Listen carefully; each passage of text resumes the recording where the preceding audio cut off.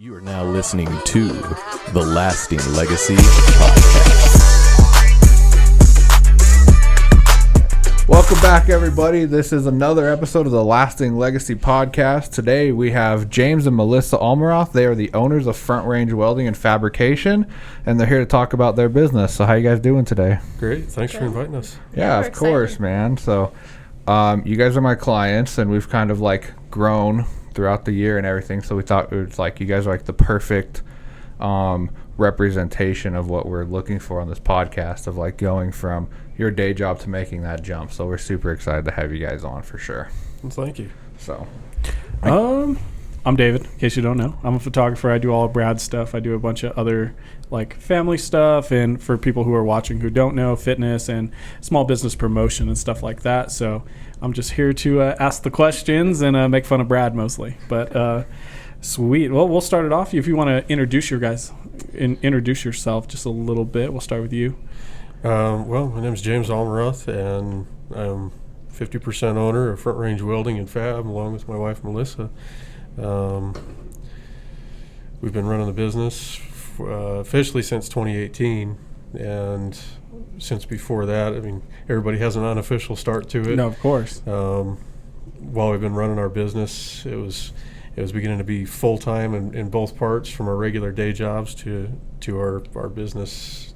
Nice. The way you see it now, and kind of had to break it up, and that way we had some time for ourselves and some normality to our lives instead of just working all the time. So then we made the decision to run our business solely as Front Range Welding. So that's awesome. In short, that's the last couple of years. Nice. And you tell us a little bit about yourself. I'm Melissa Almeroth. I'm the other 50% owner with my husband. 50-50 equals 100. Quick math. Thank you, Brad. Mm-hmm. Yeah, I'm the other 50, and I just run the day-to-day operations and keep everything in line, keep everything organized, keep them on schedule, and tries to keep me in line.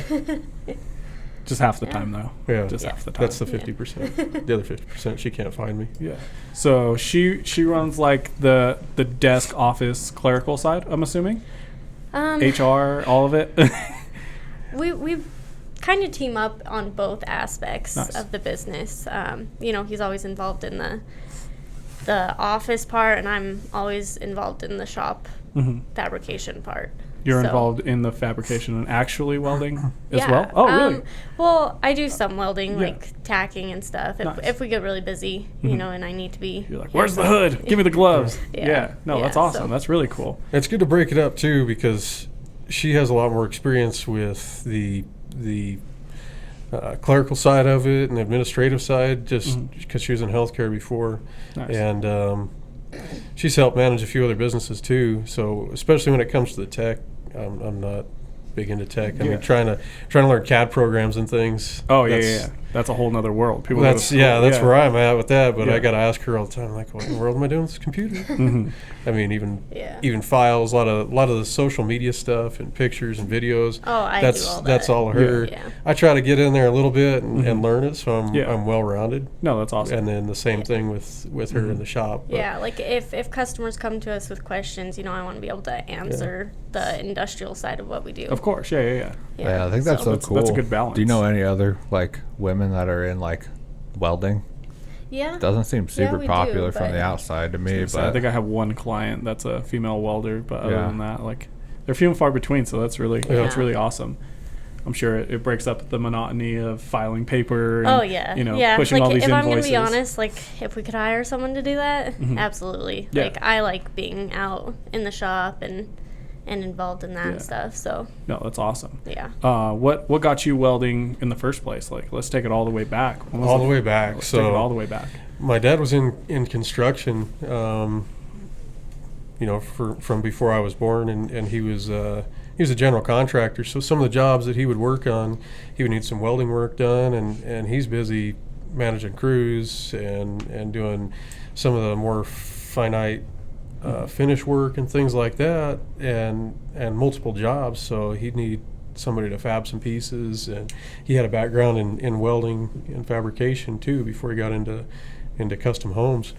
And so what that turned into was he was too busy to do some of the fab, and it wasn't all the time. So I got into it, and then there were small projects before. I mean, that's where the professional side of it started.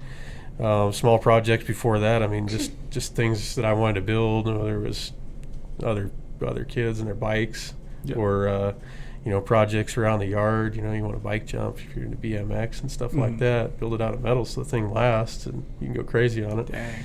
But once I started working in the family business with my dad in construction, that's when things started kind of taking off, and a lot of stick welding and things like that.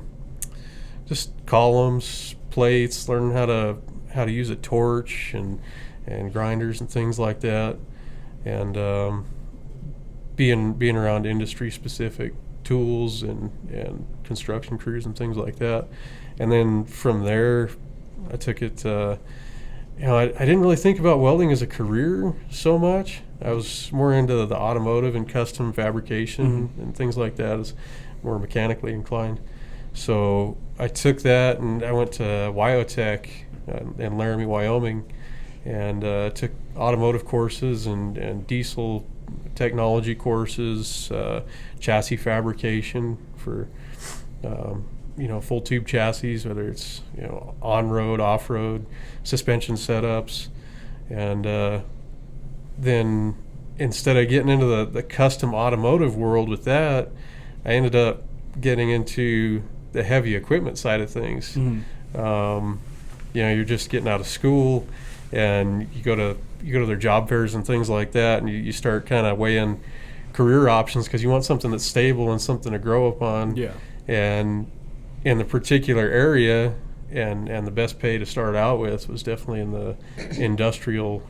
Seems like there's a higher demand versus building custom cars and off-road vehicles. Yeah. So mining, got into mining in Wyoming, and then that took me down to Colorado here and Cripple Creek, the open pit gold mine up there in Cripple Creek, and amongst all those, welding had always tied back into it, because when you're dealing with heavy equipment, there's all sorts of welding going on, and even if you're not the best welder, you could do bucket buildup and things like that, and those are kind of places it just started and grew from there. Nice. So, did you have any background, Melissa, in that industrial side of the business before too, or? Actually, I grew up in the shop with my grandpa. He welds and fabricates custom hot rods. So like a match made in heaven. Yeah. Yeah, so I definitely had knowledge about it, and knew what it takes. So I know your dad's super handy. Yeah, that too. I mean, even on the business side, like he was talking about how his dad had a business. My dad always had a business while I was growing up. So that's really cool. Yeah. It's like the perfect mesh. Is like when you have like a good, because this is very similar to me, like totally different industries, obviously, but same concept. Like you have a very good knowledge of basically a service, something. You have a very good knowledge of it, and it kind of naturally just brings you into like the entrepreneur side, and it just like they mesh together. Yeah. So it's it's definitely similar, I'm sure. So I know you said you kind of had a welding job at the mines, and then what job did you have after that? Were you ever a full-time welder before you did this, or? So while I was at the mines, I did some welding, some frame repairs and things like that. I worked at a ski resort for a little while in California before I even went into the mining industry, and they were pretty good because they didn't have a assigned welder, and I was there just doing the mechanic work and the preventative maintenance on snowcats and things like that. So I got to try out a lot of different things as far as like track frame repairs and stuff like that, and even non-ferrous metals like aluminum and some stainless on some of the random things. And then after the mining and stuff like that, the industrial side, I went to Vestas and started welding wind towers and nice. Doing all their steel production there at Vestas. And in between, and I've been all over and busy. Even while I was working at the mines, a lot of our schedules, it was a rotating DuPont schedule. So we'd work nights and days and all that, and it was crazy. But we'd have a week off every month on some of these schedules. And so I didn't know what to do with myself. I had a truck. I had a little tiny beat-up welder on the truck, and I'd go to Wyoming, or I'd go to northern Colorado because at the time, oil and gas was really booming, and I just go and get random jobs. I just talk to people, and whether it was a truck with a bumper that needed to be welded, and I'd go and do it, and no, that's awesome. Just make Wasn't some afraid money. of anything. If it was a squeaky gate or a crooked gate, you'd fix it. Yeah, pipe fences, things like that up there, and I even went down to West Texas a few times just at random, and just hit the road and it was kind of like an impromptu road trip. That's and really cool. At the same time, try to make contacts and trying to get experience.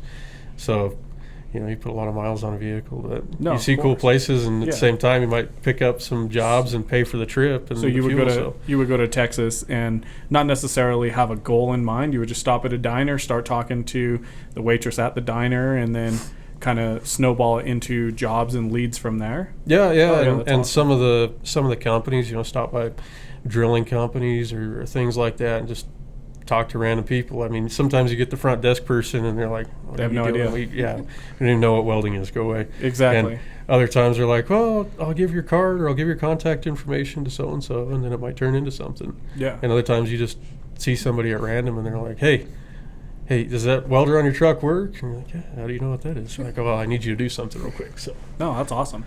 What was the moment you realized you can quit your job at Vestas and do this full time? We'd been talking about it for a little while. There were some deciding factors, Oh, really? Like what? There's times when you start not getting along with people that are higher up in management, and that makes sense. And then you decide it's good to make your own path. Just a little power struggle. It did take a lot of convincing from me. Like, we had gotten so busy where, like, I was calling him at work, like, every day about, like, business stuff, and, like, I couldn't do it, like, just by myself full-time anymore. Like, we both needed to be full-time. So. I mean, we could have kept going with it that way. It's difficult because it takes a lot of time away, and the way it was working out is we were probably running our business at least 40 hours a week, and then they're 40 plus hours a week. Yeah. And it was getting kind of taxing because they do mandatory overtime at random times, or they'd make you work extra shifts because they didn't have the manpower, and we couldn't really afford to do that. I mean, both as an employee for the company, because there's a certain point where you're really loyal to the company no matter what they do to you or how you feel about them, and you don't want to have a bad rapport with them or anybody that you work with, because you might see them in the future, different place, whatever it is, or running your own business. Yeah, and that's true. So you want to be a good employee still, but not being able to fulfill their schedule or our schedule if we already had something on the it's like one of the business is going to suffer. Which one is it going to be? Well, and that was my thing. Like, let's invest in ourselves instead of investing in somebody else's business. Yeah, no, I totally agree. I think it's it'd been that way for a while, and then it was time to make the transition. And a lot of times at large companies, there's a ladder to climb, and there's a lot of places to go in those companies, because Vestas is a Fortune 500 company, but there's a certain point where you can't really climb the rungs of the ladder at your own pace. Yeah, it's very interesting. Like, I'm sure David has a lot more of like experience with this, because I've never had like a real job. You know what I mean? Like, I just had like part-time like jobs at like retail stores where like there are like ladders to climb, and it felt like, I don't know if it's similar to like these big companies. Like, he worked for the feds at the prison, and for like Vestas, like at Best Buy, it was like, you work there for like 10 years, you might be like store manager or something. So it's like it's like so much work, so much time to Yeah. get to like to the get to hierarchy that of to power. there. Yeah, you get the hierarchy, and it's like I never had too much experience with that because I never was working at these retail jobs like Trying thinking to like go this is somewhere. like my future or whatever, you know. And so like when you're talking about it, I'm just like, man, that sounds so miserable. Yeah. Like you're like, oh, I'm loyal to my employees. I was like, I've never been loyal to any of my No, jobs, exactly. Yeah. like, to be honest. But yeah, I'm gonna use my sick time. If you jump through all the hoops, yeah, it can definitely be done. You can be that guy that they talk about in your introduction to the company where they're like, well, this guy started off as the janitor and and now he's the CFO and we send him to 20 different countries a month. And That sounds terrible too. you know, yeah, I mean, some people are like, wow, yeah, he must make a lot of money. But at the same time, you got to jump through all the hoops. And some of it's timing, some of it's who you know, and some of it's how you present yourself and the politicking that goes along Oh, with yeah, it. there's. You know. I mean, it doesn't matter. Yeah. There's always politics of one sort or another when you're dealing with big business like that. And your interactions too. I mean, you definitely, if you want to climb the rungs in a company like that, then you have to interact appropriately.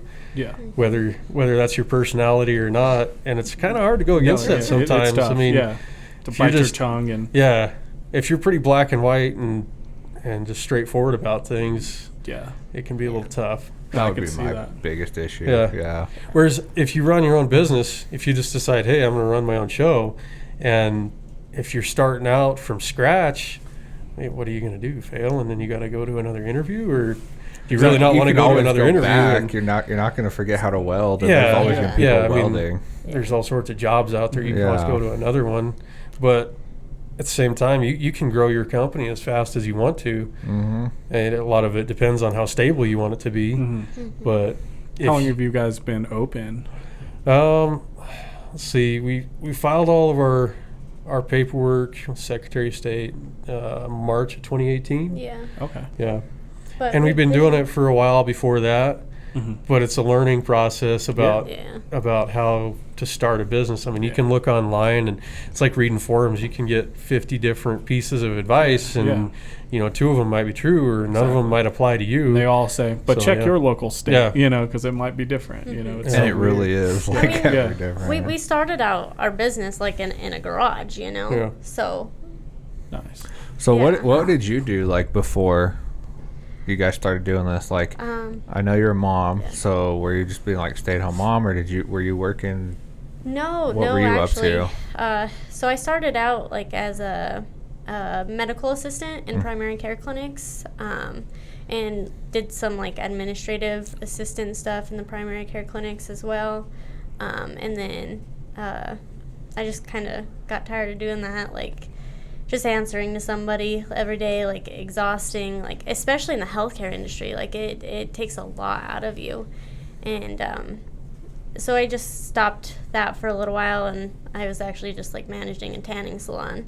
And that's when we got so busy that we were like, hey, you know, maybe you should do this full time. And Did you meet him at the tanning salon? no, I didn't. Oh, okay. We met a while before that. Just wondering. I get my own tans. I'll just weld without a shirt on. Whoa, dreamy. Oh, Yeah. we should make a calendar. Yeah, Yeah, it's you worse guys than should. cooking bacon. Don't- yeah. I think it'd be worth it. We'll get some good content for your Instagram. I call Mr. July. Welding calendar. Yeah, if it's your birthday month, we could do whatever Yeah. you want. Yeah, Mr. July. Perfect. Yeah, Melissa's I like, love I that. don't think I like that idea. Better keep your damn shirt on, dude. The DOS Financial calendar for next year. We better get on this. Just Oh, like pick Lord. 12 clients. David's January. Start the year off rough. That's right. That's my girlfriend's birthday month, so it's going to be extra spicy. Just me and a Polaroid. There It's you going to go. be awesome. What are some of your biggest accomplishments that within the business since you guys have opened and went full time? I think there's different classifications of accomplishments, but we've discussed it sometimes, you know, at the end of the year when we're looking back at things. Just expansion in what we can do, increasing efficiency. Quality.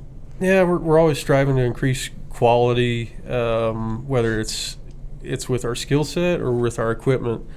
And you know, that helps that helps bring in a different kind of business, a different kind of client too, when you combine all those, and being able to work with some larger contracts in the area, contractors.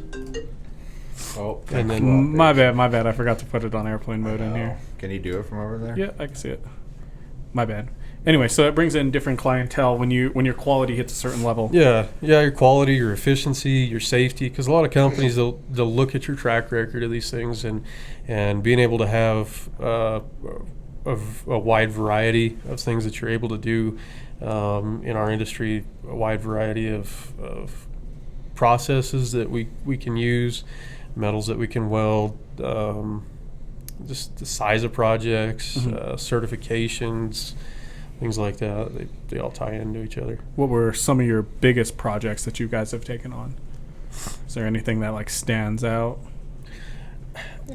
We have, like I said, we have a very wide variety of things that we do. We offer a lot. Yeah.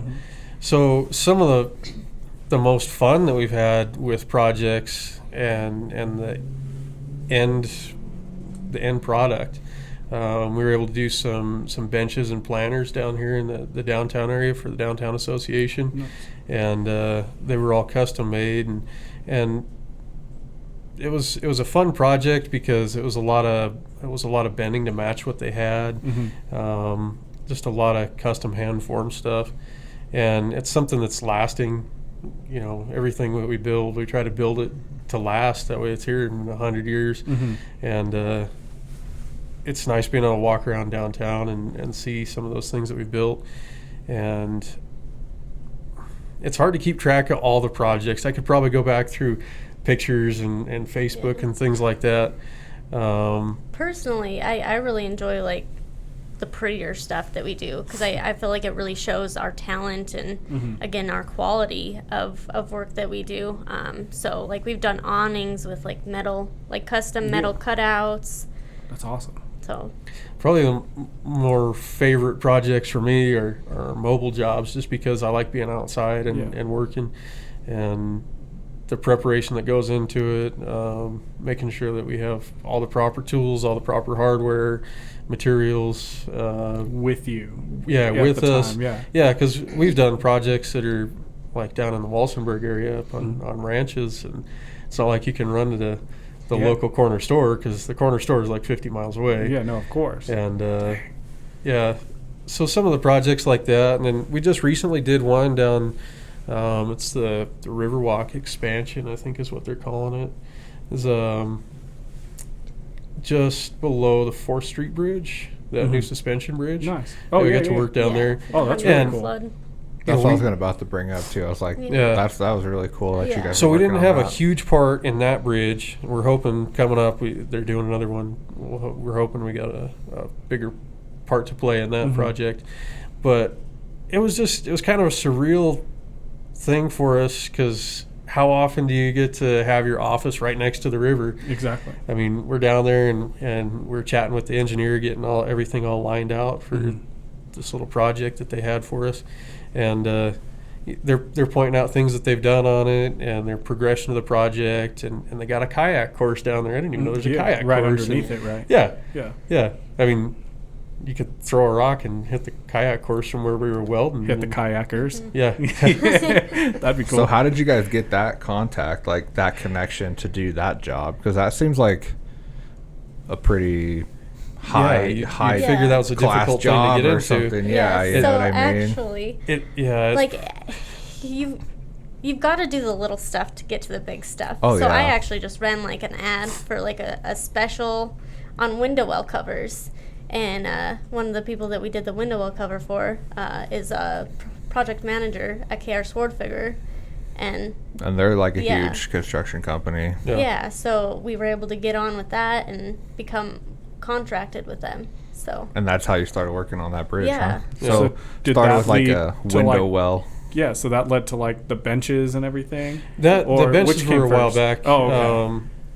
Yeah, that's actually led to a couple more projects Yeah. too. We've done some big gates for them, done some bids on other projects, and they've been keeping us pretty Yeah. busy with No, some of the bigger industrial stuff. That's awesome. But Yeah, it was just interesting that came about because of window wells. Yeah. And while we were talking to him, he was like, "Oh, so are window wells your big thing?" And I was like, "No, not really, honestly. Like, this is more of an arts and crafts thing. Like, it keeps things moving. But the whole reason we ran the special is because I think we had like 4 or 5 window wells lined up, and I was like, "Oh, run a special on them that way," because people are always asking for them at random Keep times. the ball rolling. And it gets people noticing our page, and Well, it's an efficiency thing too, because if we can get, 15 window well covers and all the materials ordered and delivered at the same time, and then we can just get into a production mode and start pumping out window well covers.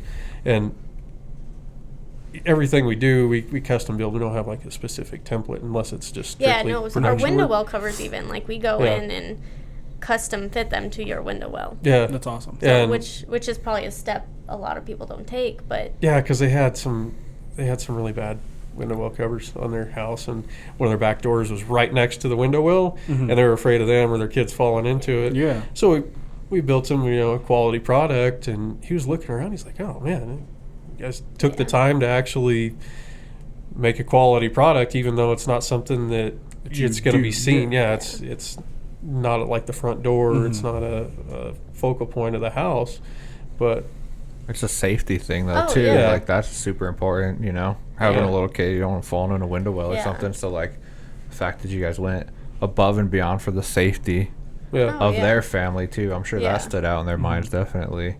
You didn't just go to Lowe's and grab some generic window well and Yeah. like Yeah. screw it into their brick wall or whatever. Yeah. That's wild. So it's just taking the time to do every job the correct way, and then doing it right the Yeah. first time. And Yeah. showing up on time, Yeah. like that's a big thing. the reason for- I didn't show up around on here. time is because Brad didn't have the cord. I just want to say that. I'm always on time, and David just kind of pulling him around. It through this was not podcast. Brad forgetting important things for the podcast. But yeah, That's no, why I we have 2 of us. I yeah. agree. Yeah, I mean, I try and show up to my shoots. I'd rather be waiting on a client than the client would be waiting on me. Like, it just feels weird, and I feel like people are awkward anyway, and I don't want to start off like, sorry, I'm late, like, Absolutely. and then give you some stupid excuse to why I'm late. Oh, and I like- hate excuses. Like, Yeah. if you ever are late, like, I don't even want to give you an excuse because Yeah. it's an excuse. Exactly. Even if it's a good one. Yeah. No, yeah. Excuses are like assholes. Everybody has them, and they all stink. Yeah. yeah. Yeah. If you're on time, you're late. If you're early, Yeah. you're on time. Exactly. Yeah. I'm used to, being places 20, 25 Yeah. minutes early, and just waiting around, and I'd rather do that, I mean, Yeah. I only do like 1-ish job a day. So like for you guys, I'm sure like time is very structured, whether you're giving bids or, actually, I mean, do you separate that? Like, do you have bid days where it's like all we're doing is bidding all day? We're not fabricating? We or- try to. Yeah. Like, I'm pretty much in charge of the schedule, so I'm always trying to schedule days just for working in the shop, just for running errands, just for doing bids, because otherwise, like, you just don't get anything done. Do you give James any lunch breaks or not really? Like, he gets maybe 30 minutes. Or That's like not bad. tops, not even paid. That's, No. that's a bologna sandwich No, right there. and I take it to the shop. He doesn't get to come inside. No, that's awesome. Do you schedule his personal life schedule too? Generally, yeah. Okay. I was gonna say, what does that kind of look like? That balance of parent life and business life. It's Is there it's supposed to be a hard. balance? Yeah, I haven't don't- found one if there is. Yeah. Yeah, no, like she comes with us to a lot of stuff. That's the thing. Like I really appreciate when we have clients that understand that sometimes we might need to bring our kid to like the install or something, because like paying a babysitter or just for a 20-minute install, that's not worth it to me. It's not It's realistic. definitely a case-by-case basis, too, though. Oh, 'cause yeah. you can't have Just kid buy her running around kayak and let her go play down there while you guys are I was gonna welding. say she She'd can't love just be that. hanging out on the bridge. Yeah. She's 2, Yeah, by the way. definitely. So Oh, okay. so Okay. I was gonna yeah, ask it's you, how old pretty- is she? 'Cause- Yeah. So she's running all over the place. But then. I love that she, from the beginning of her life, she's gotten to see us, work Progress. and.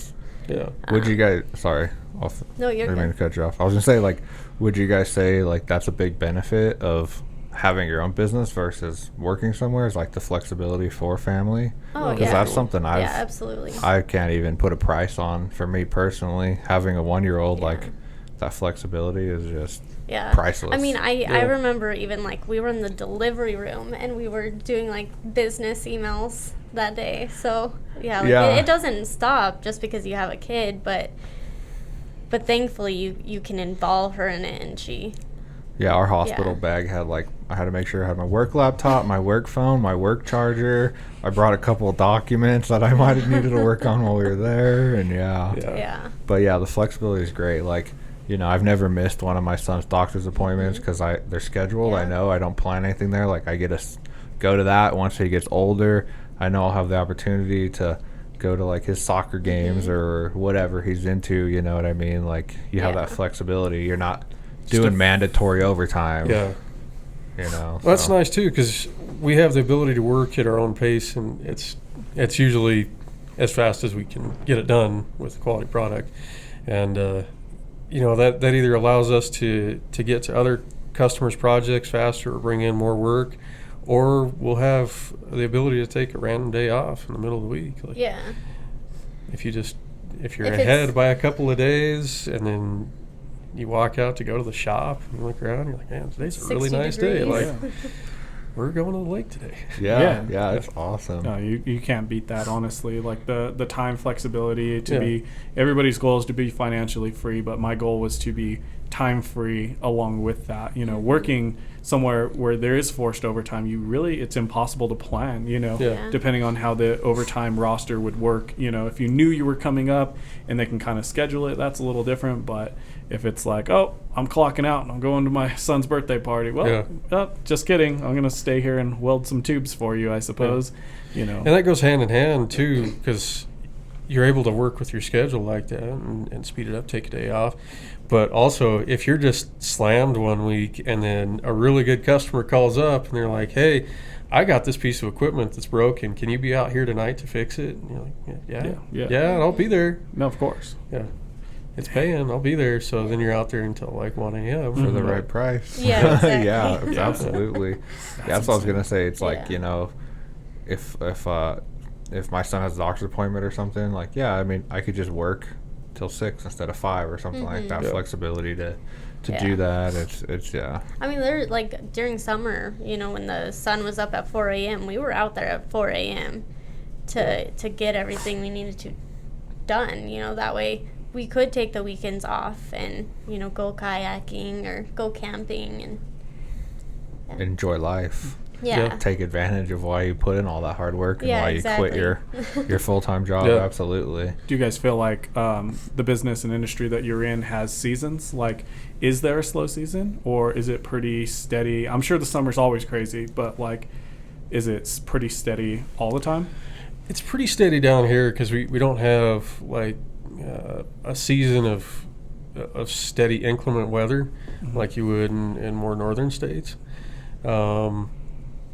Down here we get snow for a day or two and then it's gone. Yeah. Depending on the project, we can still work on it, even if it's a mobile job or outside or something like that.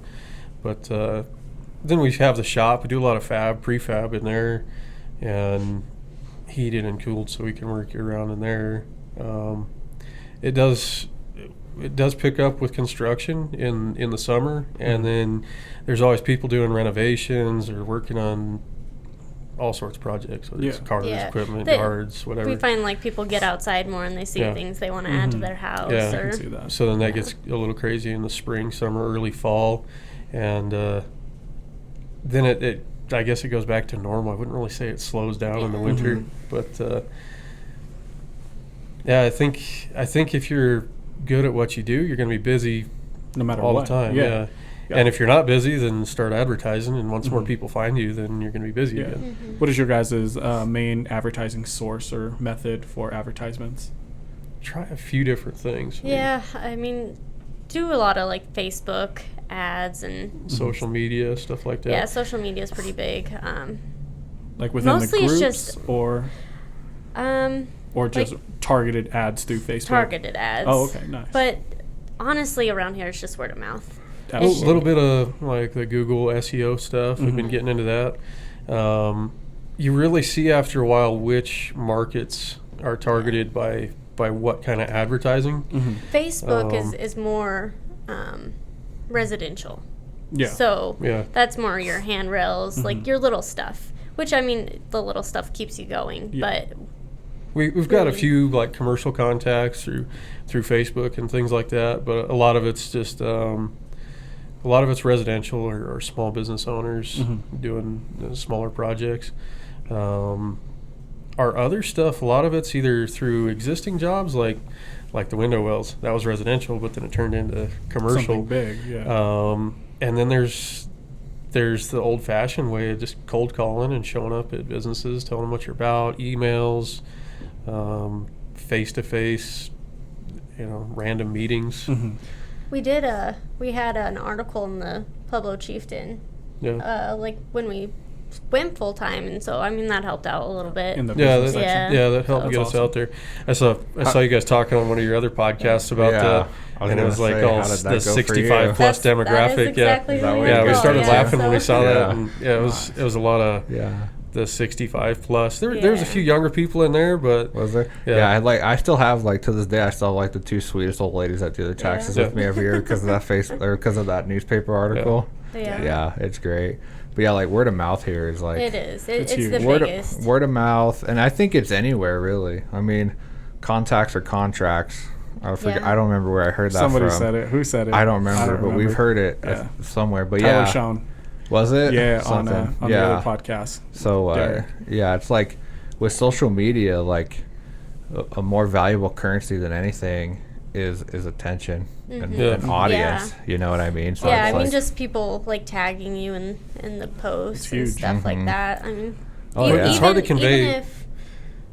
Even if nobody. You don't get business from that. You get 10 views to your Facebook page. People keep seeing your name, and before you know it, I have people who tag me that I've never taken their photos.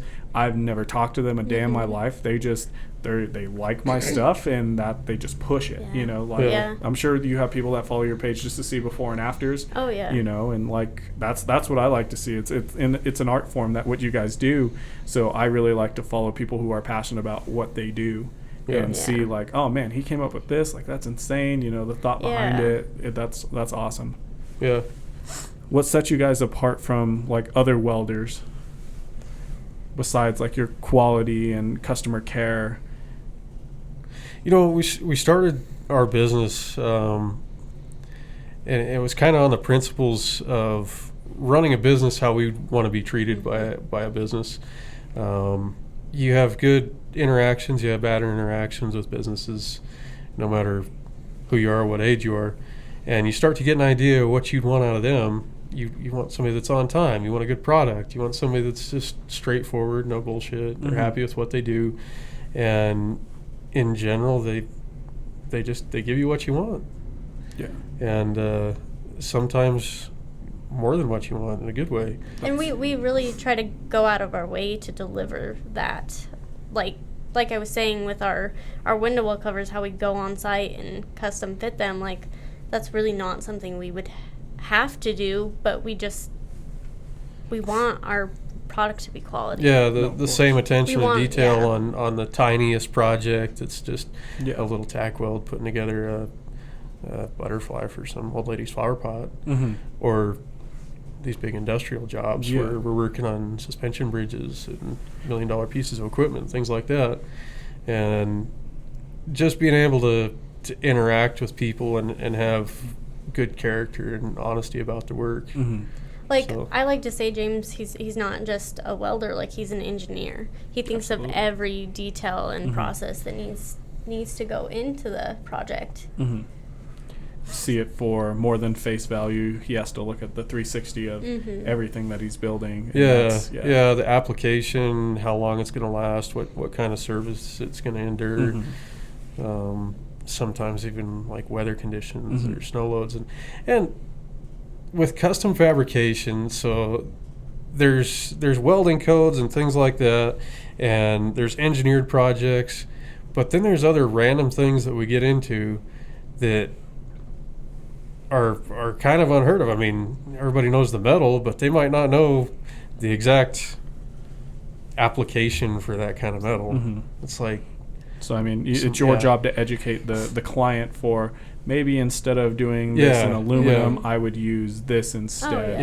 And working with them, and sometimes it's just trying to figure out either how to build something or how to fix something so it's going to actually work appropriately for the application or the client.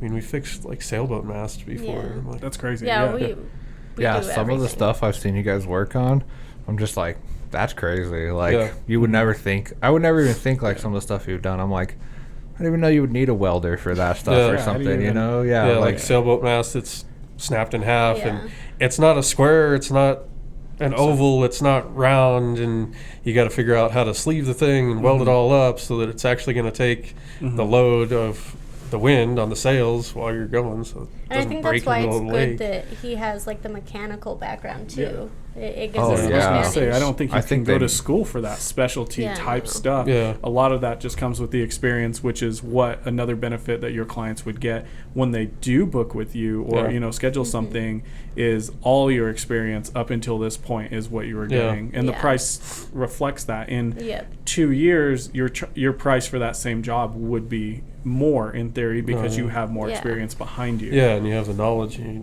Yeah. what works, so you can do it faster, you can do it more efficiently. Mhm. Like we built some security trailers for a local company, and they needed a telescoping mast for their cameras and siren system and all that. So it's cables and pulleys and fitment and figuring out the right material so it'll slide inside of each other, and there's a lot of mechanical Yeah. work to the fabrication sometimes. Was there any like other licenses or certifications that you guys had got or obtained that's kind of helped you along the way with any of this? I don't think we've had any that hindered us on the way. A lot of the time it's just kind of flying by the seat of our pants, and then we figure out we need a sales tax license or To operate in the city yeah. Yeah. Yeah. Yeah. and every other city you go to, which gets really confusing. And Yeah. Oh, yeah. That's to, why I have Brad, because that's Yeah, exactly. so like, thank crazy. God for Brad. to make it more official and to get everything done properly. without that worry. Yeah. Yeah. We want to do everything correctly. You know, we want to be. Yeah.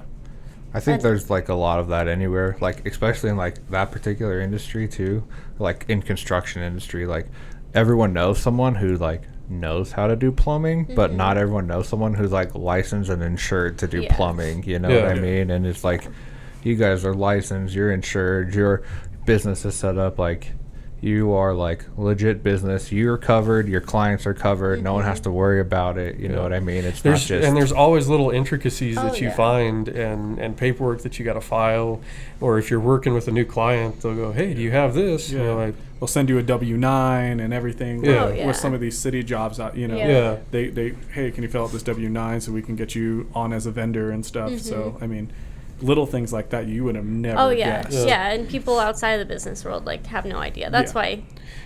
Yeah, Yeah, like- when you deal with a big company, so if you're dealing with one of these big companies like most all of us have, they have all of their little departments that deal with that stuff.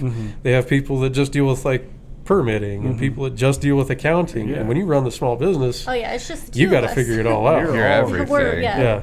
And so you can't just ask somebody that's in the construction industry, like, hey, how do I go about getting my contractor's license or something? Because they might not know if it's a big company. They're like, I don't know, I'm an accountant here. or it's been 20 years since they had to get it. And they're like, oh, Back in I'm my gonna day. take my retest. I think what's and- good about that and how we've came up slowly like that is that if we get employees, or our goal is to get employees. So when we get employees down the road, we've done it all. Like we know how difficult their job can be and their workload. So Oh yeah, I agree with that so much. Like for me, like bookkeeping is like a very tedious task. It's basically just data entry, and it's tedious. It's a lot of work. It's not very exciting. Yeah. So I mean, I've had a couple different bookkeepers, but every time I bring someone in or I train someone for bookkeeping, like I know what they're going through, and so I've always done my best to like accommodate them Yeah. to make the job not as yeah. And what's difficult. good too is like we've been employees for other people's businesses, and we know how they treated us, and how we would prefer to treat an employee. Yeah. So how we would want to be treated. Oh Exactly. yeah. So So that kind of leads us into another question. I've never asked a question on the podcast. This is my man. first one. David's been doing all of them. All right, I know what he's gonna go though. So like, what are your guys' like short and long term goals then? Because you were mentioning one of your goals is employees. Yeah, I think that's probably like long term. You know, we'd hopefully eventually like to be in a storefront with employees. So, like any other business, we're always looking to expand and how to do it the right way. And with that comes employees and the whole trying to work through employees and all the paperwork. And That's all a whole nother intricacies that beast. comes It with is that, crazy. the business side of it. So many loopholes. Yeah, So payroll many. and the taxes and the insurances and things like that. Payroll is easy. Yeah. I was gonna say all that stuff's easy. I'll take care of all that Yeah. stuff. The hard part is when they come in and Employee they're personnel mad and they don't package. want to work Yeah. that day, Yeah. or they just something happened and you're. It's a lot of Yeah. work. for Those things sure. aren't even like a bad thing. It's a challenge. Yeah, But the most challenging part of it is trying to get the business to a stable point where you can bring on employees and give them a stable career within your business. You know, you want quality people there to put out quality products just how you would do it. And you're not going to attract those people if you're up and down and you're like, hey, well, this month is yeah. kind of bad. And Yeah, maybe yeah. you can I had that go exact. try selling slushies for a few days Yeah. and then we'll bring you back. Yeah, No, you want to gotta- be able to offer them the pay that they're worth. And the benefits, because I mean, welding, like, what's stopping them from going to Vestas and, you know, getting a solid retirement plan and benefits and, Yeah. you know, all the other stuff that comes with a big company. Yeah. Like, you know, why would they go and work for you? You know, like, it is tough as a business owner to compete with some of these big companies. Yeah, that's exactly what happened with one of my bookkeepers. Was, you know, I brought him on part time, and at the time that's kind of what we all agreed upon. But after a couple months, they realized, like, I actually want more hours, and it's something that we weren't ready, like my company wasn't ready to do, you know. And they ended up finding another job and making hourly pay. They probably made less, but it was full 40 hours. It was benefits. It was retirement, and it was just stuff that I couldn't offer someone right now. So yeah, I totally understand where Yeah. you're coming from with that, for sure. So that's more of a long-term goal because there's a lot to the growth and expansion and building a stable foundation and then a widespread foundation. You know, you can use a lot of analogies for business. How much work you want to really encompass, the different industries you want to spread into, and that way you can be kind of a guide, a mentor for your employees that you bring on, because you're not going to bring on the top dog right off unless you landed a big contract and then you're like, oh, hey, I need the best guys, and then you're paying for it. But as soon as that contract ends, then, you know. It's retaining those guys. Yeah. So that's the difficult part of it. There is you bring in somebody that might be a really good person, but their skill set is kind of mediocre. Yeah. And So you can help build them up. Then build them up. But And when you build them up, then the likelihood of them going somewhere else. Yeah. You know, or if it's they all wanna about open the their way own that you treat people business too. I mean, some of the smartest business owners that I've met, they always try to hire people that are smarter than them. I mean, of course. maybe not with all of their subjects because Yeah.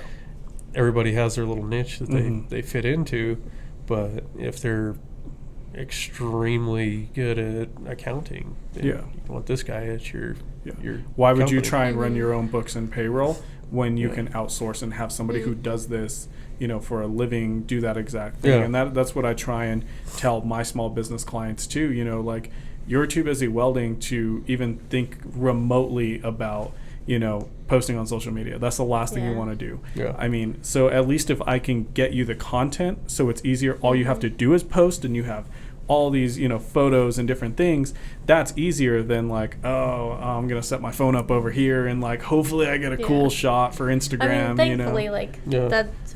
that's what I do. Yeah, so. exactly. Yeah. Yeah. And then some people want to take it to the next level where it's like, oh, I want a crazy video of, you know, us working on the bridge, like yeah. with a crazy drone shot that comes in and Yeah. over, you know, like now you're like, well, do I buy a camera and try and learn this trade, or do I just outsource for it? You know, Yeah. like, and it could be anything, you know, like if you don't know a certain kind of like material, but this is the only kind of material that this company wants to use for some weird reason, and you know that there's somebody else who's better than that, you know, then you can like kind of contract them in to do that, so you don't have to really scratch your head that much. to get it done. And if you've ever met anybody in a specific industry that's really good at what they do, and whether they're humble or not, you get to talk to them for a while, and they've got around the industry. Like they know their way around a lot of different aspects of it, and they're not an expert in any particular place a lot of times, but they know how it needs to roll.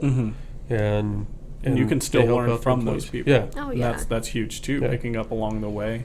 I've learned a ton just coming in here and talking with Brad. I was like, oh, I didn't really think about that. Or doing this, like we talked about, like doubling my prices and reducing my clientele by 50% and still making the same. Like for some reason that didn't add up to me, but it took Brad to tell me that, to like really like understand that. Like that makes total sense. Yeah. You're working half the amount but making the same amount. Oh yeah. And sometimes that's a great option. Other times you want to still keep the value, so then you got to bring in employees and do the quantity instead of just trying to focus on the quality, because there's only so much quality you can stuff into certain products or certain things, and then you got to meet your market too. Every industry is different, and a lot of times it's a mix of quality versus quantity. I think once you get to a certain point, for sure. But and you can't be charging $80 an hour in a market that only supports $20 an hour. Exactly.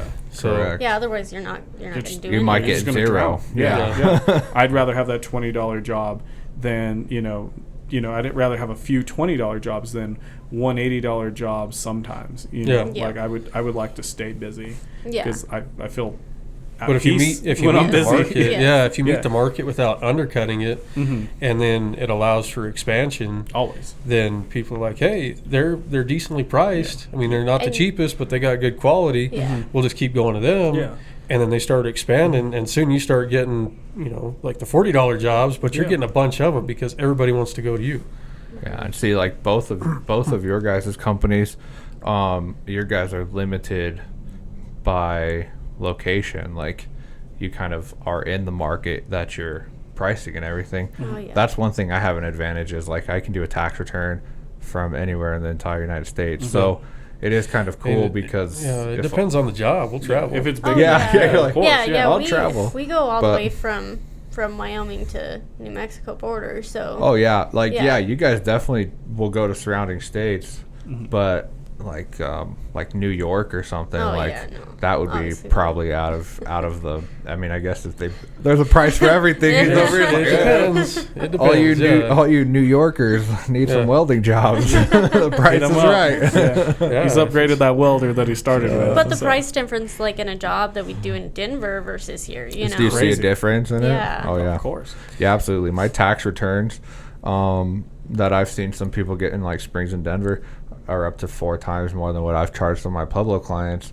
And that's kind of a dilemma I have in pricing is I don't want to outprice my Pueblo clients, but I don't want to underprice my out of Pueblo clients. You know what I mean? But then you're also like, I don't want to have like 2 sets of pricing. So pricing is always like a very, as far as tax, this is all basically just tax returns pricing, but it always is such a dilemma for me for like around this time of every year to try to come up with like a new pricing schedule for what my taxes are going to be this upcoming season.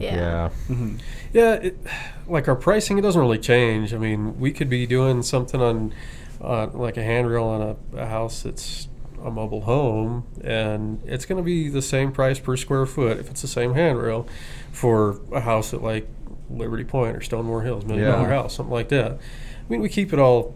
It's all equal. So we don't just walk up to their house and be like, "Oh man, you're getting triple charged today because you can afford this." Absolutely. I mean, no, and that's good to know too. And that happens in the industry, every industry, a lot. But as far as different areas, we usually just charge travel fee, whether it's hourly or by the mile. If we got jobs in Denver or something like that, and then it keeps it the same because then our hourly rate's the same. And usually about every year we reevaluate our hourly rates and make sure that we're staying on top of it when it comes to our bills, insurances, things like that. Yeah, it always is nice when you can do like an hourly rate or you have like a measurable unit to charge by, for sure. Our mobile welding is hourly, and then we have a shop rate, but usually like we bid it by the job. Yeah. So. Yeah, it depends on what it is, but yeah. Yeah, like I usually do, like for my taxes, I basically go like by form. Like the certain forms take me a certain amount of time. But with taxes, it's interesting because you can have a Schedule C and this other person can have a Schedule C, but they're the same form, but they're totally different. Yeah. So it gets tricky. I wish I had like an easy flat rate way to do it. Yeah. Yeah, no, that's absolutely insane. So we do have like a reoccurring question on the podcast, and it is simply, what is your lasting legacy? What is something you want to leave behind? I mean, obviously your work, but what is something that's bigger than you that you would like to leave behind? I think eventually getting to the point where we can mentor employees and teach people the skills that we've learned along the way. Of course, everything we build, we tend to overbuild it, usually for the application.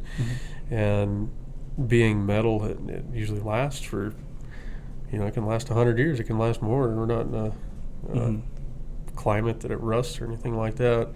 And I always like being able to see things that people built in like the 1800s, 1920s, doesn't matter what it is. I mean, you can go to the Pueblo Zoo and they got like their bear pits down there, and I'm pretty sure those were built in like the 1920s. 20s, I think. And you can just see the difference in like the rock work and the metal work and things like that on them. Just kind of having our own signature on the things that we build. But then eventually down the line, you talk to older people in your specific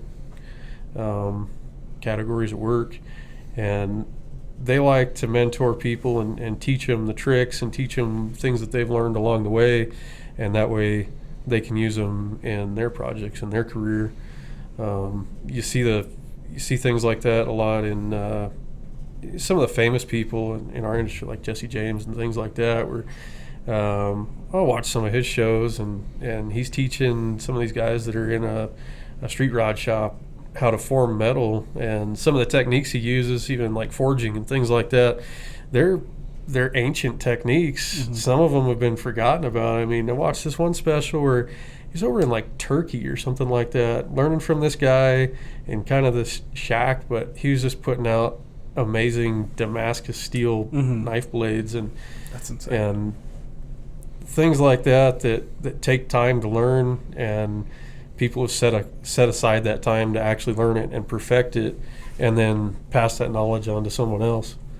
Yeah, like we want our stuff to be around, for our daughters' children to see. They can come downtown and be like, oh, Grandma and Grandpa built that, And then, speaking of our daughter, just teaching her to have a good work ethic. She's watching us grow this business, and so I think that's pretty neat.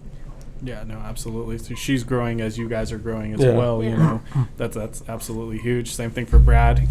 Like his little dude watches him and his mom work all the time. And grow. Once he starts talking, I'm gonna put him up front here.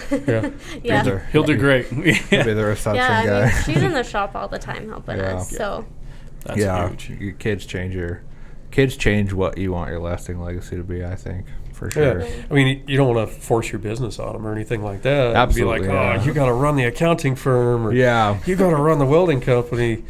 If you're not into welding, that's cool. It's just like hopefully you can use some of these tools when I kick the bucket. Yeah, it's just teaching them the foundations that can apply to anything in life. Like that, you don't have to work a 9 to 5 or work for somebody else. You can do whatever you want. Yeah, there's a lot of freedom. Build your own legacy. Yeah, there's a lot of freedom involved with running your own business. I mean, there's freedom to fail, but there's freedom to go wherever you want to with it. Absolutely. And expand it as much as you want. She doesn't have to go to college, anything. If she wants to go travel Europe, that's fine. Yeah. No, I can see that. Absolutely. Well, that's awesome. I want to thank you guys for sharing all these stories and your time as well. I'm sure the little one's missing you guys, but awesome. Where can people reach you at if they needed anything done, or if they just want to follow you and see some of your work on Instagram? So we have an Instagram. I think it's FR Welding and Fab. And then we have a Facebook as well, which is Front Range Welding and Fab. And then we also have a website. So awesome. Yeah, absolutely. Those links will all be in the description. Absolutely. Well, sweet guys, this has been the Lasting Legacy Podcast. Follow us on Instagram at Lasting Legacy Pod for weekly uploads. Brad makes all the reels and stories, so if they look weird, it's because Brad did it. But yeah, check us out on YouTube or anywhere else you get your podcast fix. Good night.